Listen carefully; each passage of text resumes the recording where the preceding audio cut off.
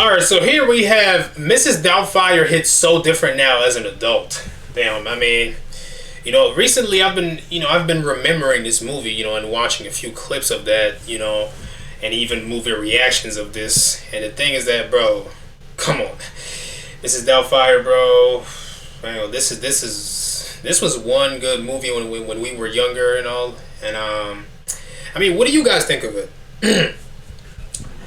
I'm curious to see, what this guy has to say about it. Mrs. Doubtfire hits so different now. These videos are funded Let's in see. part by YouTube membership. Join for just $6 a month and get early, ad-free, uncensored videos and member-exclusive videos that are picked by you. So, I don't know if any of you have noticed yet, but sometimes I talk about old movies. And not just old stuff like Monster House. I'm talking ancient Babylonian archaeological artifacts like Labyrinth or Home Alone. Being one of those 90s kids, I have a huge nostalgic soft spot for anything pre-9/11. 10 Things I Hate About You, Home Alone 1, 2, and 3, Matilda, Happiness, Stable Economy, Goosebumps. And now that we in the US at least have Thanksgiving just around the corner, I wanted to go back once again and check out one of them classic 90s family movies.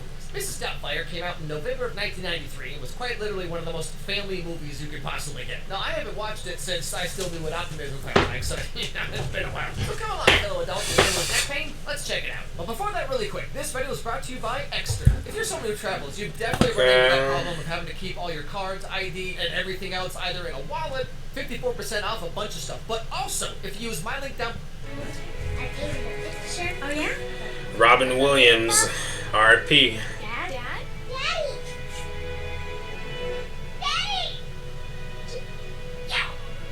Wait, Matilda's in this movie? I don't remember that part. Quick, Dad, check her. Oh yeah, that's Matilda right there, bro. This is our main character, Daniel. I forgot. With his wife and kids in San Francisco doing odd acting jobs here and there whenever he can. Now today is his son's birthday, and of course he wants to go all out.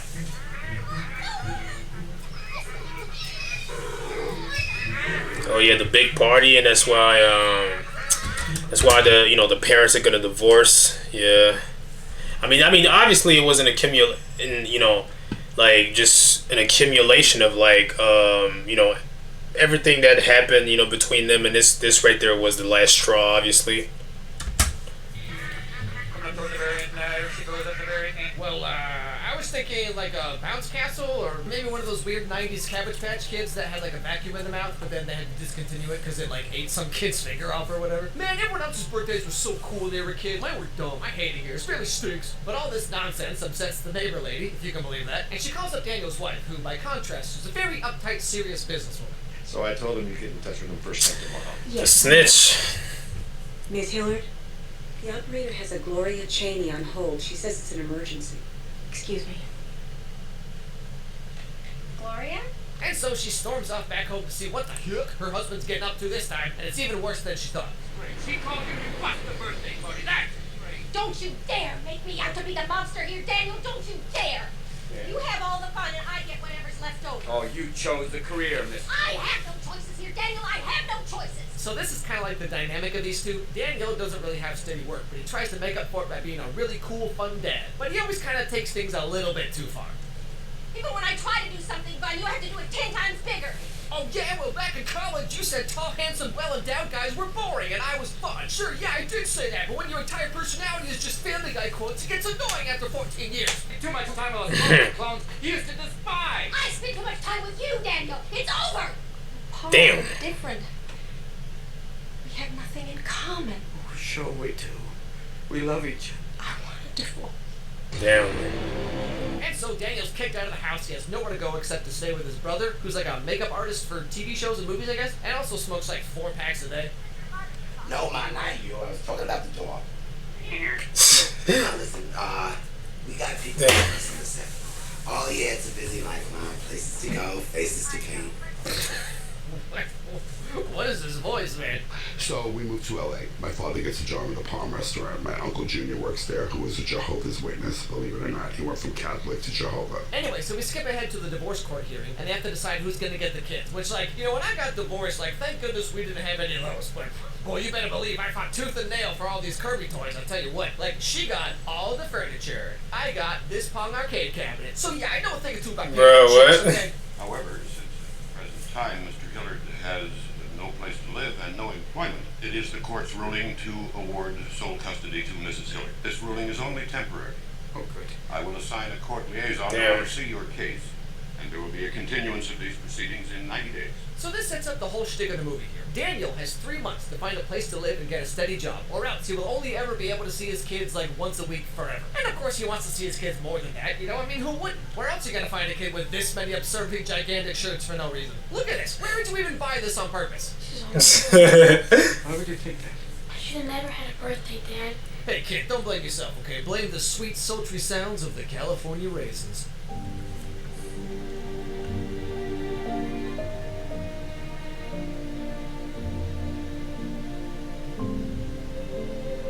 This part right here is obviously very sad, but like in real life, this whole thing would be so devastating. Like just going through a breakup is hard enough, but like, okay, now you can't see your kids when you want, and if you do, you'll be arrested. Like that's so insane. Yeah, that was crazy though. The coolest birthday party of all time? What a real schmuck, am I right? A great deal of inspiration. Oh yeah, from the that French guy Second Stewart. Empire. I was thinking a 17th century grand piano. Here to take the mom. You're in the trades these past couple of years. Newly divorced, you know. Flemish tapestry, a brass-bound Regency-style table. I'd love to get reacquainted. just like the whole time, it's like, okay, so what do you think of this sofa? Literally, bro. So these two apparently used to date back in college, but things didn't work out, and she ended up marrying Daniel, right? She had literal James Bond and gave it up for a chubby, funny guy with like 12th century peasant hair who can do funny voices. Look at me right now, money. Want to undo that bow and get to know you. Don't do Robin Williams like this, bro. And then she gave that up too? Pick a lane, Miranda. How many mulligans you gonna call here? But so, that's the current state of things. Daniel has his own apartment that we're supposed to see as like a cheap, junky, rundown kind of place, but like he lives here by himself in San Francisco? This 2,000 square foot penthouse suite on a minimum wage salary? You know, when we say everything was so much better in the 90s, this is what we're talking about, okay? Home Alone, Kevin McAllister's dad works some kind of office job, right? His mom like collects mannequins or something, and they live here, taking the entire family to Paris? Who's the old battle? Mom. She's fine. I hate to think that she came down with amoebic dysentery. Amoebic dysentery. Some kind of infection in your tummy. We get diarrhea forever. Diarrhea forever. Diarrhea Forever. It doesn't matter what you do, what you eat, 3-4 times a day. Is that curable? By the way, my friend wants to know. But of course, his visitation time is cut short because Mom has the final say in everything. Are my children ready yet? No, our children are not ready yet because you are an hour early. Daniel, I'm really sorry. An hour early. Alright, I have to go to the bank. I have to drop something off at the newspaper office. You're taking out one of those personal ads? It's DWF, seeks WWM with BMW and her light B&D. So Miranda says she wants to hire a housekeeper, babysitter, whatever else, or because she has to work a lot and she lives in one of those giant San Francisco full house mansions that you could afford with a single income and a housekeeper because it was the 90s. But when she's not looking, Daniel changes her ad paper that she filled out so no one can contact her. And instead, he pretends to be various people applying for the job, but they're all like really weird, you know? Are you calling in response? Oh yeah, like when you wrote, you know, What do they need, like a few lines? when you wrote numbers like on a number, so no one could actually contact her. I have 2 Okay.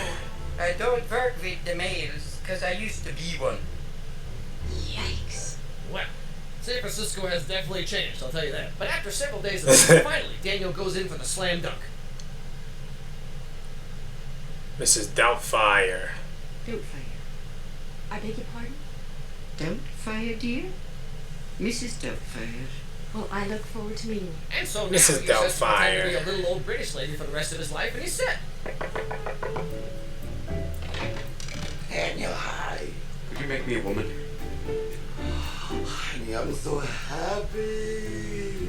Oh, Daniel, finally! We've known for years, ever since we found that complete box set of Revolutionary Girl Lieutenant under your bed, and you only. Why did he say that? Like, why did he say it like Way that, too bro? much time on that app that swapped your gender and all the pictures you'd say. Wait, am I?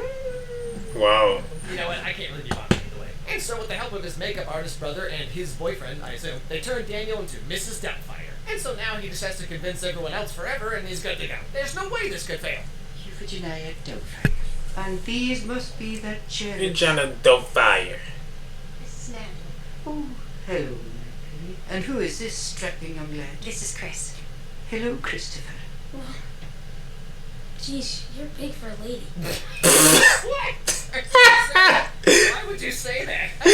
Yo. Hey, why are you so big and ugly though? And so then, of course, Yo, his antics and zany shenanigans of Daniel trying to be an old British lady doing house chores and whatnot, but he almost gets caught a bunch of times, and sometimes he has to pretend to be Daniel and Mrs. Doubtfire at the same time. Basically, yeah, I remember that scene. Talking about boobs and stuff. Whatever. Let's just fast forward here. Okay, so as we've established, Thank you. Daniel used to be like the fun dad, the no one ever gets in trouble kind of dad. You know what I mean? But now he has to be like the exact opposite. Homework time. Okay. He has to be exactly what, you know, his wife wanted him to be as Daniel. Now. No. We always watch Dick Van Dyke. Wait, I'm sorry. You always watch Dick Van Dyke? The heck kind of 90s kids are you? I was there in the 90s, okay? We had all kinds of fun things to do. I don't know. I wasn't there in the 90s, though. The Sears catalog, Talk Boys, Butt Crack. Butt Crack. Yeah, that's the Home Alone Also, toy. I want to give a quick shout out to this girl's like 1,000-yard demonic stare. We always watch Dick Van Dyke. This is exploitation. It's not fair. Shut up, Liddy. Yeah, you got us into this. Oh, my little ankle biters. Are we ready for homework, or shall we continue manual labor? No, anything but this. Now, over time, things actually do end up going pretty well. Kids love Mrs. Doubtfire. Miranda's really connecting with her, and they can talk about all kinds of stuff, like dumb husbands and idiot husbands. But one day, Daniel goes to use the bathroom, and his son walks in accidentally and sees. Oh yeah, that's when they found out. Now it's like a whole thing. Half man, half woman. What? Wait, what? No, just calm down. Freeze! Just relax, please. Freeze! The balls. Yeah. She got big ones too. 2025, because like I'll be the first to admit I'm not nearly educated enough on the nuances of like drag or transness or whatever. But like this seems like such an insane reaction. Hold on, you got a wiener? Yeah, this would have never passed today, bro. I'll give you to the count of 5 to get out of here. Especially in San Francisco of all places, you know, like if you ever wonder how much progress we've made in 30 years, go back and watch 90s movies because things used to be wild. Yeah.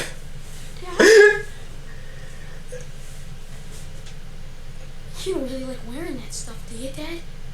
Well, some of it's comfortable. No. No, hell no. It's a pain in the padded ass. Exactly, bro. Yeah. It's the only way I can see you guys every day. Such whimsy. You know, something else interesting is how this movie portrays his gay brother and his boyfriend in, like, what I think is a very normal, very sympathetic light. Like, but then the idea of, like, dressing like a woman, it's, like, the weirdest thing anyone could possibly imagine. Anyway, so he tells these two kids that they have to keep it a secret. He went to the extreme just to be able to see his kids. That's crazy, bro. Arrested. And their littlest little sister Matilda would blab about it because she's like 5, you know. But doing all this is the only way that he can see his kids more than once a week. So anyway, things continue on, and Daniel gets to talk with Miranda in ways that she never would have talked to him before. The truth is, I didn't like who I was when I was with him. I would turn into this horrible person. When I'm not with Daniel, I'm better. Yeah. I'm sure he's better when he's not with me.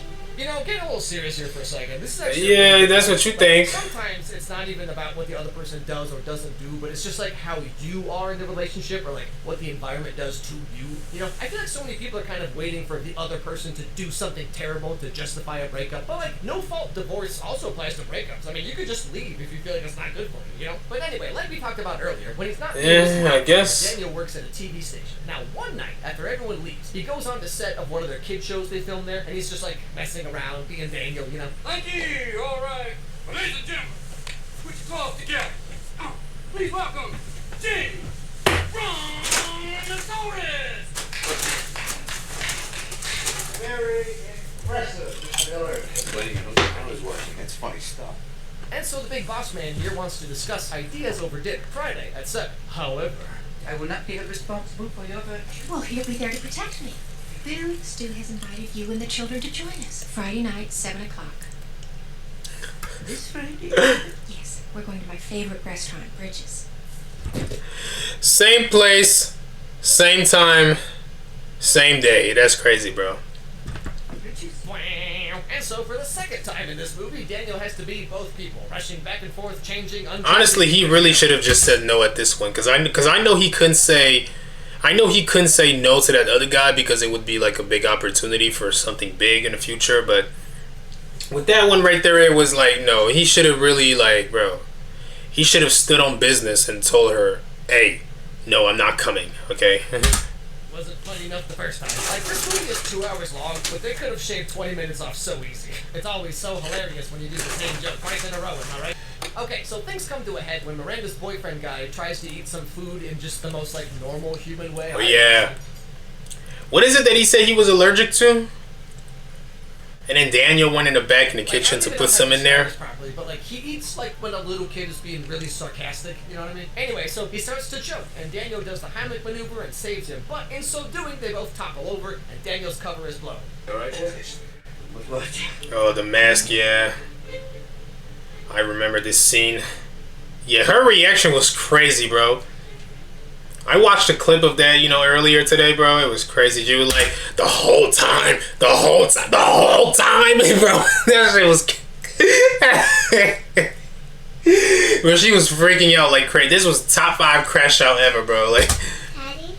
You know, it's a good thing that was her first thought, and not that, like, she just witnessed, like, a war crime or something. Yeah, for a 5-year-old kid. Oh, God. The whole time, the whole time you were... No time! I'm sorry, Miranda, please. Don't touch me. I have to go. Yo, this... And so we skip ahead to another... Bro, this would have been my reaction too if I was there, bro. What is going on? Yo. Since the first one. And now with all these new revelations about what Daniel's really been doing, things are not looking so good. Is that your lifestyle over the past months has been very unorthodox, and I refuse to unorthodox. 3 innocent children to your peculiar and potentially harmful behavior. Harmful. A period of psychological testing and perhaps treatment for psychological test. That's crazy. Yo, essentially they're saying, bro, you're insane, bro. Watching this now, it's like so crazy that a major plot point is that he loses his kids because he dresses like a woman. Like this was the most heinous thing anyone could ever imagine him doing, you know? And like, bro, wow. The kids right down to the smoking section of the restaurant, and Miranda has no qualms about this. But a man in a dress, think of the children. But so, the end of the movie, all the kids are talking about how much they love having their dad around as Mrs. Doubtfire. Guys, please don't be so depressed. Everything's gonna be alright. I miss her spaghetti. I miss her jokes. I miss her stories. It was your daddy. Find someone. There are plenty of people out there.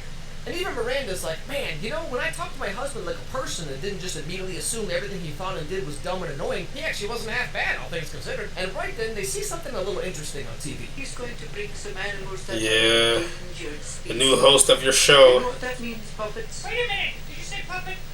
Oh, no, dear. Oh, it's Kovacs. Welcome, Kovacs. Did you say extinction? Did you say something? Oh, So, turns out, during that hilarious dinner scene, the TV boss guy saw what Daniel was doing and decided that he liked this funny little British... Yeah, bro, because he actually got it mixed up, bro. He thought that, you know, he was dressed as Daniel in front of him, but no. But hey, you know, sometimes, you know, a fuck up or two, you know, brings out the best, so, you know. He had to improv in front of him. And that's when Miranda realizes that she really should give Daniel another chance at being a dad because she learned so much about him through Mrs. Doubtfire. Jesus, man, you took my children away from me. Yeah, that was crazy, bro. I can only see them now with supervision. Some woman who comes and watches me with the kids like I'm some sort of deviant. If I try to hug them, she wonders why.